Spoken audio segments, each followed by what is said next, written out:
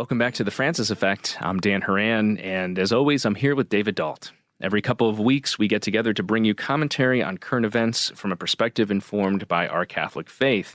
And now we switch gears a little bit to talk about something that garnered a lot of media attention, particularly in the social media realm in recent weeks, and that is at the beginning of February, on the occasion of the 10th anniversary of his being made Archbishop of Munich and Friesland, Cardinal Marx, and no relation to Karl Marx, Cardinal Archbishop of Munich, gave us an interview, had a conversation that was televised and largely reported on, and in which, at first, initial reportings seemed to suggest that he was advocating for the blessing of same-sex marriages in Germany and perhaps beyond, that the Church could accommodate this practice. Subsequent follow-ups have suggested, at the request of the bishop's office, a clarification, particularly in the English translations that were reported on by certain media organizations in the U.S. and in England. That's not exactly what he was saying, at least not in a universal sense, but was perhaps raising this question in response to a prompt of another question of a journalist that, maybe there is something else that we need to consider in terms of the personal accompaniment of gay and lesbian men and women, and that it might be an issue for individual cases. But this raises a bigger question about church teaching, perception of church teaching, church practice, liturgy, blessing, pastoral accompaniment, and so forth when it comes to gay and lesbian men and women. And so, David, what are your thoughts on this? Well, first of all, I think that Catholicism is living in a moment that it has lived in for centuries, and that is when we're talking about marriage, we're talking about a sacramental institution, the sacrament of matrimony, a calling for certain adults in the church and not for others. But we're also talking about a civic institution. And these two things exist side by side, and they've not always existed comfortably side by side. So you can go down to City Hall and you can have a piece of paper that says that you are legally married, and that entitles you to certain benefits and certain abilities within our shared society, our shared civic space. But you also, that civic document does not translate to a sacramental document. And the tension here is both of these things, the civic document and the sacramental institution, both reside in the term marriage. And so a lot of the argument, particularly as this has been going on for the last 15 years, is around the idea of the people who would like to have access to the societal benefits of having a legally recognized partnership. Your children can you can have joint custody of your children. Property can be much more easily disposed of. There's a much cleaner path for any kind of legal adjudication. All of those, not to mention pensions and other kinds of benefits from Social Security. People dying and hospital visitation. Exactly. All of those things are restricted to people who are not in this legal institution that we refer to as marriage. But in their desire to be part of those societal benefits, they have pushed for marriage, and the church has pushed back, saying, no, marriage is a peculiar institution that is only defined by the sole union of one man and one woman. Now, well, and I need to jump in here a little bit because a couple things you've said have raised up some need for clarification. Yes. One of which is actually Nein in German, yes and no. If somebody is Catholic and they marry a heterosexual couple, a man and a woman go to City Hall and they're Catholic and they get married, the church, according to canon law, presumes the validity of the sacrament of that marriage. And so if somebody wants to have that marriage recognized by the church, the process is called convalidation. Yeah, radical sanation. It's not, you don't then do another wedding. You don't then do another marriage. And so it is recognized, and that includes, this is all, it's very canonical. It's somewhat juridical in terms of the annulment process that people know something about or hear about or, may have had experience with. And so that doesn't necessarily, in terms of the practice itself, there's a much closer alignment between civil marriage and the understanding of marriage within the church. Now, whether or not something is a sacrament is another question. The same thing is true, by the way, presumed in terms of if you're not Catholic but become, Catholic. Let's say you're Presbyterian and you're married in the Presbyterian church or something like that. There are certain things in terms of matter and form, and one of the reasons why even the civil union of a man and a woman can be considered validly a marriage in the Catholic Church has to do with the fact that the ministers of the sacrament are the couple themselves. And so in terms of matter and form and intent, a lot of that is fulfilled. They're not under duress and so forth. Now, it may not be witnessed by a minister of the church. That's where the convalidation comes in. But in terms of its validity, it's a lot closer than I think a lot of people presuppose. So I just wanted to clarify that. The other thing is, so because of that, we take into consideration the history of the theology of the sacrament of marriage. It isn't until really the Middle Ages where the church gets involved in marriages almost at all. And part of that has to do with the decline of the various civil societies, particularly in Western Europe, and that the church is the one that keeps pretty good records.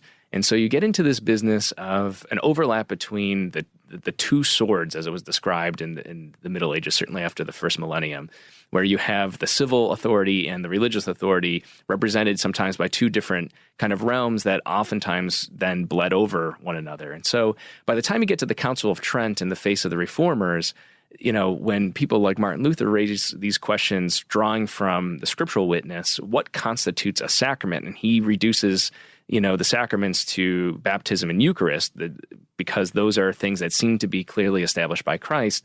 The Council of Trent responds and kind of concretizes what the medieval synthesis proposes as 7 sacraments. So in terms of the sacrament of marriage, this is a relatively late clarification. Now, what you'll see is in the theological tradition, particularly the patristic tradition, that the idea of marriage as an institution, if not a sacrament, goes back, people like Augustine will claim, to Adam and Eve. Like as soon as there were men and women, even though there was no wedding in Eden, there is this idea of the institution of marriage.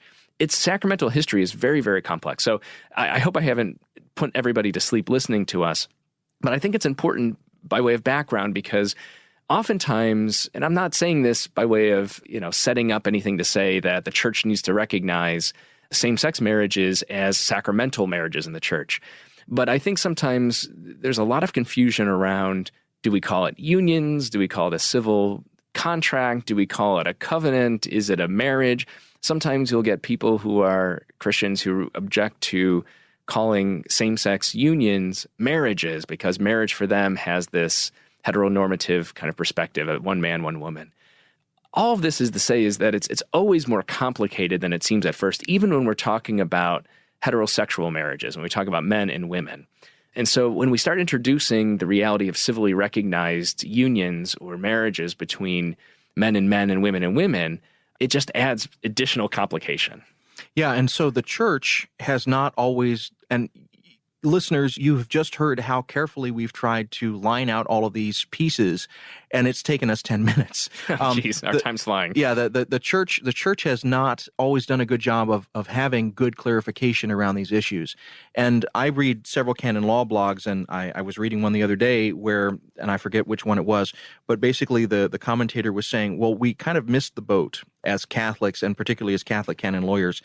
We had an opportunity when civil unions were on the table as a possibility, and we did not push for the possibility of recognizing in some limited way the legality of civil unions for these societal benefit purposes.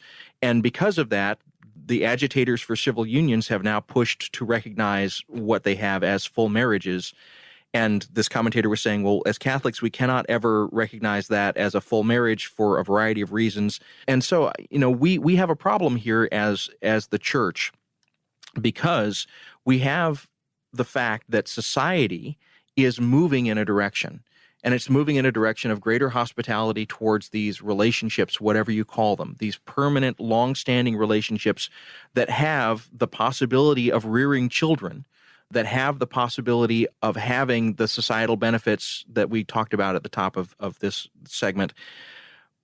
But now the question is also, kind of what the terminology is around this. And the church is wanting to say, because we can't go with you on the terminology, we can't go with you on any of these other pieces. And I just see a big mess, Dan. I'm not, I'm not a canon lawyer, and I'm certainly not a theologian who's well primed to speak with any kind of authority on this. I'm speaking purely as a layperson here. My wife and I have a lot of conversations about this, and we sometimes come to one position, we sometimes come to another, but it's a struggle for us. Yeah, and I think it's a struggle for a lot of people. it invokes, I mean, this is, again, I'm a systematic theologian, and this is your background as well. And one of the things of our subdiscipline of the theological field is the interconnectedness of all these doctrinal claims. You can't talk about the sacraments without talking about Christology, without talking about theological anthropology, without talking about ecclesiology.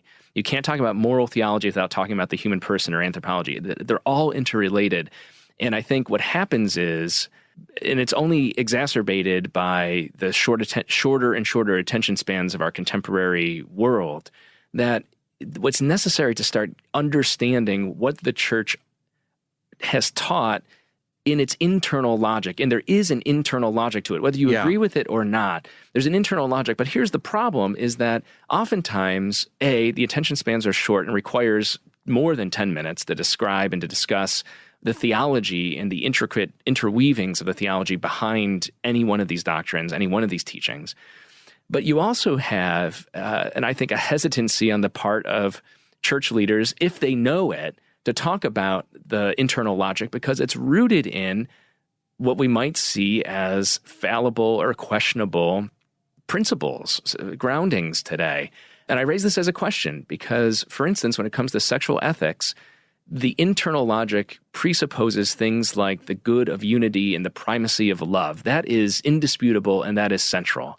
However, there is also, when it comes to things like sexual ethics in the Roman tradition, a heavily Thomistic Aristotelian metaphysical worldview that relies deeply on Aristotelian teleology, that depends on a vision of the cosmos and of nature. And by nature, I mean both human nature and the natural world and biological processes, which we know to be absolutely untrue. So, for example, Aristotle said that the way that you get a woman is at the time of conception. If a foul southerly wind is blowing, it's likely that what would have otherwise been a normal male becomes a female. Right. Well, and we talk about, Thomas Aquinas adopts that, and this is 13th century science. He talks about, the way that you make a human person is that you have homunculi, that essentially, we should say too, I feel like I'm on NPR, I should warn you, we are acknowledging the reality of sex. So if you have young listeners that you don't want to hear in this conversation further, you might want to fast forward to our next conversation. Fair enough. But, homunculi, this idea that there are little men, literally in Latin, little men inside the male sperm, and that a woman is a receptacle for this, and that is basically the fertile ground in which this, quote, seed grows. That's where we get seminal or semen, seed. And that's just not true. That is not true. And so, I mean, you can't, maintaining a hylomorphism that has an understanding of substance and nature that is also tied to metaphysical and scientific views that are just patently untrue is a real tension in church teaching.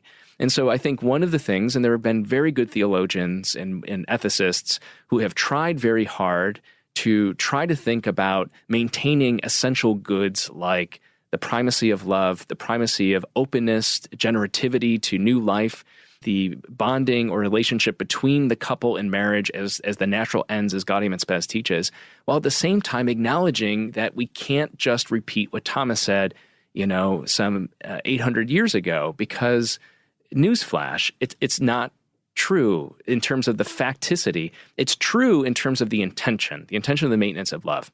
So this raises, when you start diving into this, it raises some serious questions. Here's the case in point. There's a lot of hand-wringing and contention and understandably controverted discussions around same-sex relationships and whether or not there's a sacramentality to marriage, which the Roman Church has not recognized, and so forth. But there hasn't been a comparable, and this is something that a lot of religious leaders in the Catholic Church have talked about of late, who are particularly open to considering pastoral responses to the realities of people's lives. They'll say, you don't shine as much attention on heterosexual sexual relationships. For instance, married couples, newsflash, what's described as intrinsically disordered with regard to sexual acts between men and women and women, the same thing is considered in heterosexual relationships. For instance, masturbation, intrinsically disordered. Why? Because you're destroying homunculi. It's kind of like, I hate to be so graphic, but it's kind of like every time masturbation occurs, particularly with men in this regard, from a Thomist perspective, you're committing the act of homicide. You're committing an act of homunculicide, as it were, or to be graphic, abortion in this case. The same thing is true when you talk about any kind of sexual activity that is not vaginal sexual intercourse with a explicit understanding of the possibility of implanting semen for the growth of another human person. And so with a narrowly restricted understanding of procreation and openness to generativity as a natural end of the marital act, you bind yourself into this corner. And so, right now, that's the position we're in. And I think, that's one thing that needs to be addressed, is that our sexual ethics needs to take into consideration, it needs to be open to conversations and questions. In the end, the internal logic may mandate that, what we basically have in practice needs to be maintained. So I'm not opposing that outright. What I'm saying is that, I think a lot of people mistake sometimes the squeamishness of their discomfort around relationships and the realities of human persons that are different from them, and take that kind of affect or emotive response that's oftentimes goes immediately to sexual activity. Well, and they generalize it and they say the squeamishness that I feel about this action is a squeamishness that is in the heart of God. And so they make it this global, universal squeamishness instead of something that is much more cultural and much more time-bound, as you've pointed out. Yeah. And so, I think the question is one of theology. When we talk about theological ethics or morality, and we talk about theological anthropology and the understanding of the human person, what we have to take into consideration are, what are our sources? Do they actually align with reality? For instance, you mentioned slavery in an earlier segment. The church for a long time taught that slavery was a natural reality. And this comes from Aristotle's notion of what he called, there are certain people that are more like, quote unquote, brutes that are natural slaves, and that was justified. And people would proof text citing Philemon in the New Testament or passages from the Old Testament to justify that.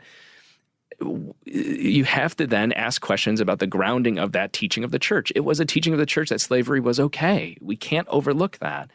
And so I know there are going to be a lot of people unamused by my introducing something so radically intrinsically evil as slavery, but it hasn't always been taught as intrinsically evil. And so I think we need to ask questions about what is the grounding of our teaching. Now, that's one thing. The other thing, which brings us back to the issue at hand, is what do you do with the lived realities, the pastoral responses to people's experience, particularly their experience of a long-term committed loving relationship? Whether we recognize that as sacramental marriage or not, the question posed to Cardinal Marx and posed to all of us is, what do you do in response to this? And one possibility is the blessing of this union. And if people get all upset, well, that would be endorsement of this, or that would be approval. Well, no, there's a difference between a blessing and a sacrament. If you come to me and ask me to bless your rosary, I didn't just, celebrate an eighth sacrament of whatever. I don't even know how to conceive of this, but it wasn't a baptism. I didn't ordain your rosary, right? Likewise, I've heard it said that there are blessings, and there is a big book of blessings for so many things, and it's true. I can bless, boats. I can bless classrooms. I could bless, new cars. That gets asked. Bless homes. But for some reason, people take offense at the blessing of a couple who have committed in a public way their love for one another. I have a hard time getting particularly offended by that. And part of that is because I believe that, God smiles upon loving relationships, and loving relationships take many forms, and they may not ever be recognized as sacramental marriage. But I think the challenge that's posed before us, and you talked about, society moving in a direction, I don't think it's just simply these radical relativistic times that needs to push the church. I think what we learn from the world, what we learn from human experience, which is one of the four core sources of theological reflection, human experience, is for us to constantly pursue that fides quorens intellectum. We profess faith in a God who is love, who has created us for love. And like the development of doctrine around things like religious liberty or the sinfulness of slavery and racism and the rest, I think there may be an opportunity here for us to think as church, to reflect on our sources, both with regard to theological ethics and morality on the one hand, but also doctrinally, how we understand the human person.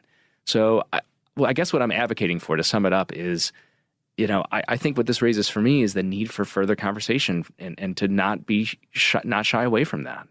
Well, and that is probably a good place to leave it for now. And so we will definitely come back and talk about this topic again. But Dan, thank you for bringing this topic sort of onto the horizon. I hadn't been thinking about it other than just kind of the reading of the blogs. And so the chance to talk to you about this, particularly the Aristotelian and Thomistic aspects of it, that's really helpful to me just as a layperson to be hearing about.